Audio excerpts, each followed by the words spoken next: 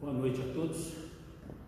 Vamos dar início ao Evangelho no Lar da noite de hoje, fazendo a leitura do livro Pão Nosso, pelo Espírito Emmanuel, das venerandas mãos de Francisco Cândido Xavier. Item 153. Não tropecemos. Jesus respondeu: não há 12 horas no dia? Se alguém andar de dia, não tropeça, porque vê a luz deste mundo. João 11:9.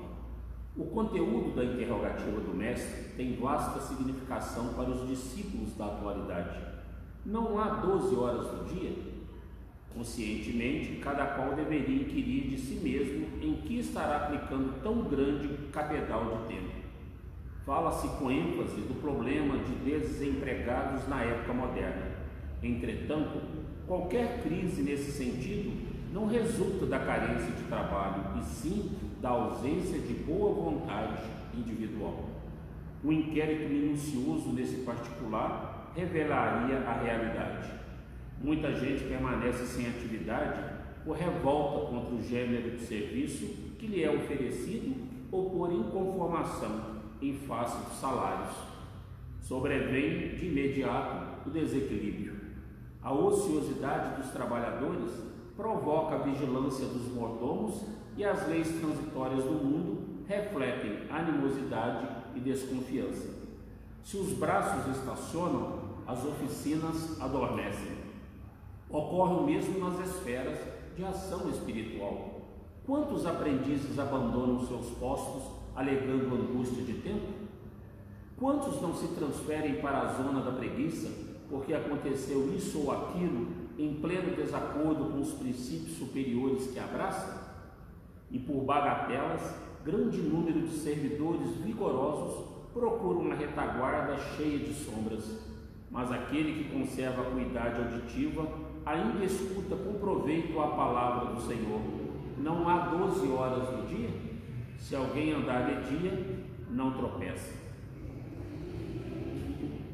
Senhor Deus, amado Mestre Jesus, benfeitores espirituais que nos intuem e velam por cada um de nós, encarnados e desencarnados na noite de hoje.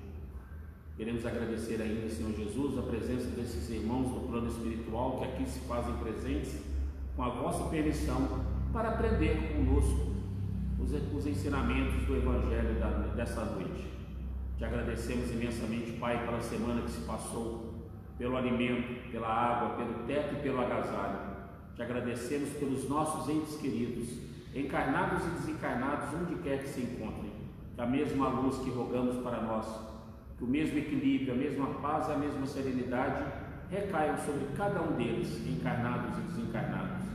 E ainda, esse mês de setembro, que comemoramos a prevenção ao suicídio, rogamos mais uma vez de Nossa Mãe Santíssima e seus servos, que possa levar nesse instante a todos os nossos irmãos que partiram deste plano pela porta do suicídio, o equilíbrio, a paz e a serenidade.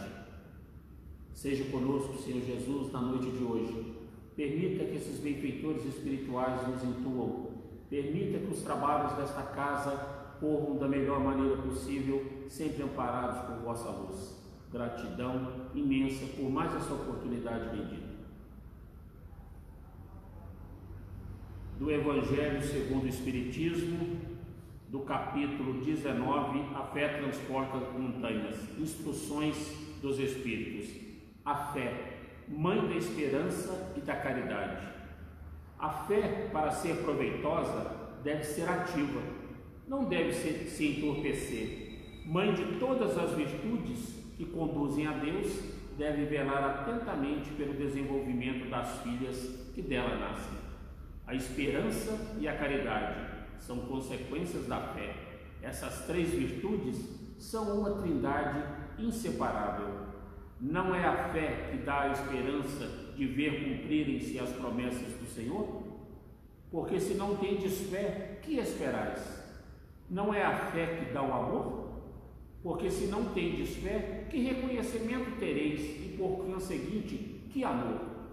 Divina inspiração de Deus desperta a fé todos os nobres instintos que conduzem o homem ao bem. É a base da regeneração.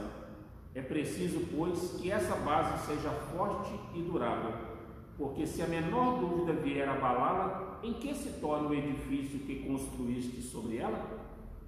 Elevai, pois, esse edifício sobre fundações inabaláveis, que a vossa fé seja mais forte do que os sofismas e as zombarias dos incrédulos, porque a fé que não afronta o ridículo dos homens não é a verdadeira fé.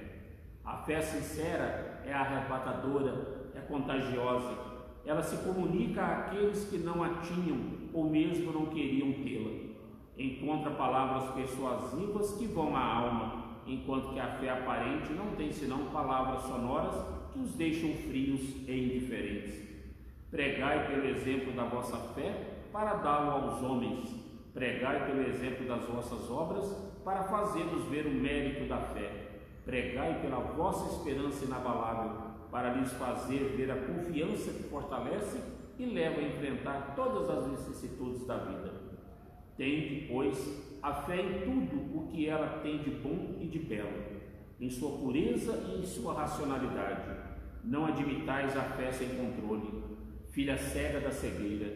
Amai a Deus, mas sabei por que o amais. Crede em suas promessas, mas sabei por que nela credes.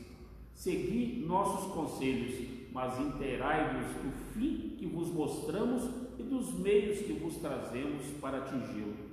Crede e esperai, sem jamais fraquejar. Os milagres são a obra da fé. José, Espírito Protetor, Bordeaux, 1862. Então, essa mensagem que o Espírito Protetor José nos traz já em 1862 a respeito da fé, vem nos demonstrar que realmente tudo que nós fazemos, nós devemos ter essa fé inabalável, essa confiança intransponível no Cristo, em Deus e em suas leis. Lógico que não é uma fé irraciocinada, porque pelo Espiritismo nós aprendemos com Kardec essa fé raciocinada, essa fé através da razão. Não existe nada de miraculoso, de espalhafatoso, de sobrenatural nas leis de Deus. Muito pelo contrário, são leis naturais. Tudo encontra-se de acordo com os ensinos de Jesus. Tudo encontra de acordo com as criações de Deus, nosso Pai. Então, que nós tenhamos realmente a esperança, que nós realmente tenhamos a caridade e que nós possamos realmente trabalhar essa fé dentro de nós. Muitas das vezes a gente ouve irmãos de outras religiões dizer que a gente gosta muito de falar na morte. Não é que nós gostamos de falar na morte, é que é necessário muitas das vezes nós falarmos da morte, porque a morte só existe para o corpo físico. Nós que somos espíritas ou espiritistas e também aqueles que são espiritualistas, que acreditam no transcendental, que acreditam na existência de algo além do corpo físico, sabem perfeitamente que a vida continua após o sepulcro, após o túmulo. Então, que a gente tenha essa fé, que a gente possa realmente trabalhar pensando e buscando sempre as coisas do Espírito. Ontem mesmo eu falava, nós não vamos levar nada deste plano, porque caixão não tem gaveta. Tudo que nós temos hoje na nossa presente existência, seja o agasalho que nos veste, o carro que nos conduz, a casa que nos serve de abrigo, o pão que nos alimenta, a água que nos sacia a sede, tudo são empréstimos divinos. Tudo para que nós possamos no nosso dia a dia trabalhar o nosso espírito rumo à evolução. Os nossos pais, os nossos filhos, os cônjuges, tudo é empréstimo divino para que nós possamos, no círculo doméstico, no círculo familiar, aprendermos a burilar o nosso egoísmo, a dilapidar todas as mazelas que fazem com que muitas das vezes a gente perca a oportunidade bendita do crescimento. Então, que esse orgulho, que essa vaidade, que essa avareza, cupidez, sexualidade, inveja, toda maledicência possa ser extirpada através desta fé numa vida futura que vai estar despida de tudo isso que nós estamos vivendo nessa presente existência. E aqui bem disse que as palavras convencem, mas são os exemplos que arrastam. E nós devemos, através dos nossos exemplos, mostrar para aqueles que se aconchegam até nós, que nós realmente temos exercitado as nossas melhorias dia a dia, que nós temos procurado fazer a nossa reforma moral, a nossa reforma íntima, despindo esse homem velho, essas atitudes tacanhas, mesquinhas que nós ainda carregamos dentro de nós com relação ao nosso semelhante, para que a gente possa realmente sermos exemplos, para que nós possamos realmente melhorar. Todos nós somos carregados de vícios, todos nós temos as nossas mazelas, as nossas fraquezas, cada um sabe onde que o calo aperta. Então que nós possamos trabalhar isso dentro de nós, que nós possamos no nosso dia a dia indo modificando essas vicissitudes para que elas possam se tornar bálsamos no nosso dia a dia, que a gente possa acreditar fielmente, ter uma fé inabalável de que em vidas futuras tudo será melhor do que hoje, que as dificuldades que hoje nós nos deparamos com elas sejam dores para nos fortalecer, para nos preparar para que nas próximas existências tudo seja melhor, que a gente seja resignado. O Evangelho já nos dizia na última semana que a calma e a resignação são o melhor antídoto para o suicídio, contra o suicídio e contra a loucura. Calma e resignação. Então que a gente tenha calma no nosso dia a dia, que nós tenhamos resignação naquilo que nós não podemos mudar, mas que nós tenhamos também a força, a serenidade, o equilíbrio de poder buscar modificar em nós tudo aquilo que nós temos condições de modificar. Nós não podemos ser como a síndrome de Gabriela: eu nasci assim, eu vivi assim, eu morri assim, porque nós temos condições sim de mudar tudo aquilo que atrapalha o nosso crescimento, e que nós possamos fazer hoje diferente do que fomos ontem, e amanhã que possamos ser melhores do que fomos hoje. É assim que Chico nos ensinava, é assim os exemplos que nós temos desses irmãos da espiritualidade maior, como José, o Espírito Protetor, nos traz essa mensagem linda, maravilhosa. Tende, pois, a fé em tudo que ela tem de bom e de belo, em sua pureza e em sua racionalidade. Não é crer por crer, é crer, ter fé, sabendo por que é que nós acreditamos. Porque as leis de Deus são claras, são nítidas, não existe nada de sobrenatural. Então que nós possamos, tendo sido criados simples e ignorantes, todos nós, espíritos milenares, seculares, possamos no nosso dia a dia irmos dilapidando essas vicissitudes, possamos ir dilapidando essa pedra bruta que ainda somos nós em relação a tudo que o Cristo espera de nós.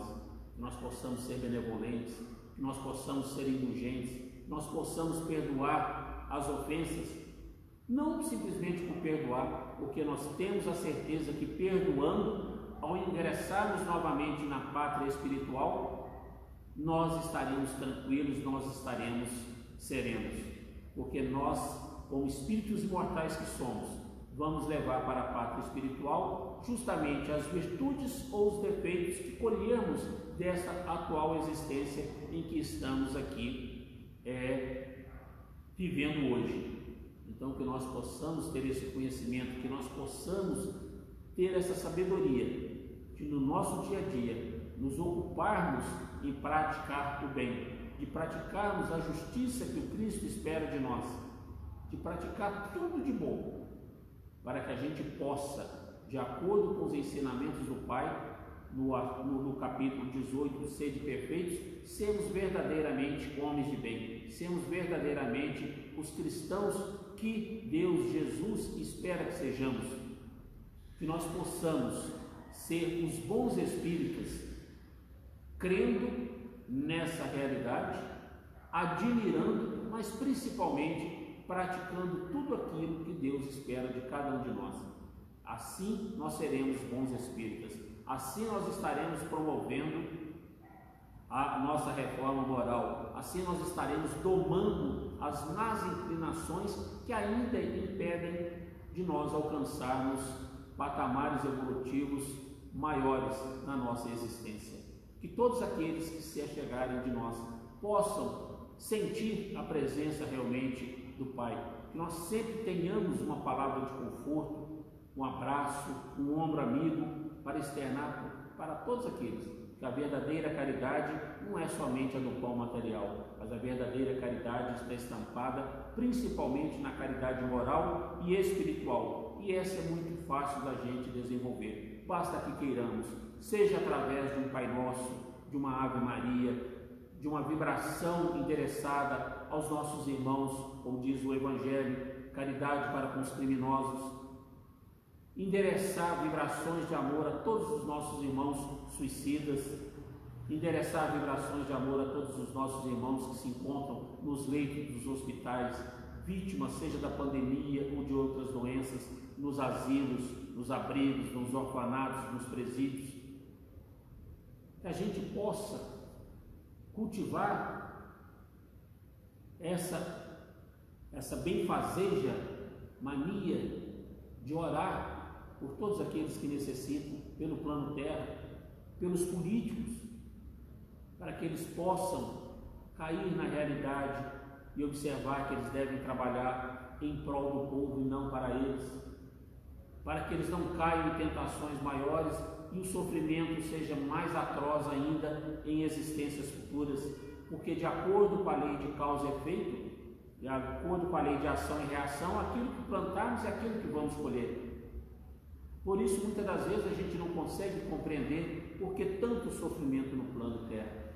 Justamente por isso, porque somos nós colhendo aquilo que plantamos em existências pretéritas.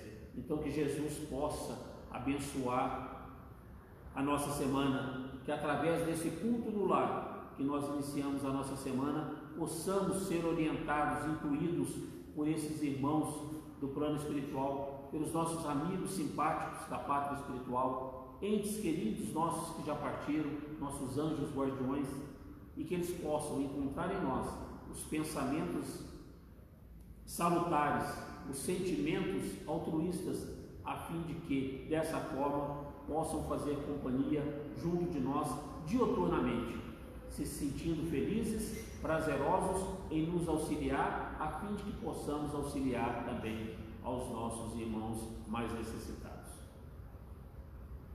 Senhor Deus, amado Mestre Jesus, gratidão mais uma vez pela prática deste Evangelho. Te agradecemos a presença amiga desses irmãos que aqui compareceram para aprender conosco. Te agradecemos a espiritualidade maior que nos intui e vela por nós, por esta casa e por todo o plano terra. Te agradecemos infinitamente por tudo que temos e por tudo que somos, ó Pai. E te rogamos, permita que a espiritualidade maior encontre em nós tudo que for necessário para nos acompanhar no decorrer dessa semana que se inicia com a prática deste Evangelho, para que possamos ser utilizados como instrumentos da Tua misericórdia onde quer que nos encontremos.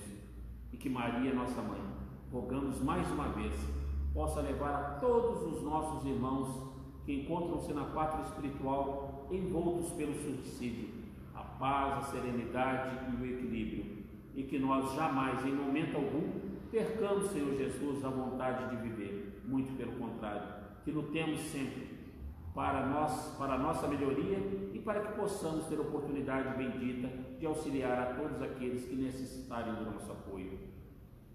Seja conosco hoje, agora e sempre. Gratidão mais uma vez ao Pai, gratidão mais uma vez, ó Mãe Santíssima, gratidão à espiritualidade maior que nos assistiu e nos assiste sempre. Gratidão a esta casa que nos proporciona o trabalho redentor nas nossas vidas. Gratidão a todos.